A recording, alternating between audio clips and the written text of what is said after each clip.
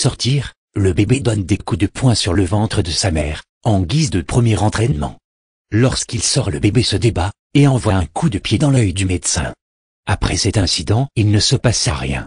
Mais le jour de ses 1 an, il apprit à marcher. Dès lors, il s'entraîna à marcher de plus en plus vite. À l'âge de 2 ans, il commença à tester des prises de catch sur les chats. À 3 ans, il entama la musculation. À 4 ans, il exerça ses prises sur ses camarades de classe. À 6 ans, il commença la boxe.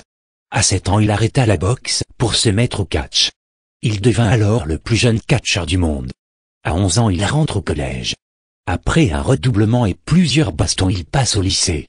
Au lycée, il va jusqu'à la terminale et il rate son bac. Il fait alors des études de catch et se voit battre les records. Malgré quelques incidents comme péter la gueule à son prof ou provoquer une bagarre générale dans tout Paris, il rejoint les meilleurs catcheurs. Après de nombreuses victoires, le public commença à le connaître et le surnomma.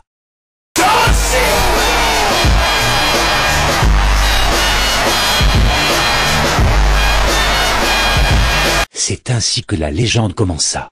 John enchaîna les victoires. À 60 ans, il prit sa retraite. Il fait toujours un peu de catch mais très peu. Puis à 70 ans, il se retrouva en fauteuil roulant, après une chute. Il voulait toujours exercer sa passion mais ne pouvait plus. Il décida donc d'organiser les Jeux paralympiques des vieux catcheurs. Mais personne ne vint, alors John s'entraîna sur des objets. Il prit cela en vidéo, et le public le nomma Aotupazix.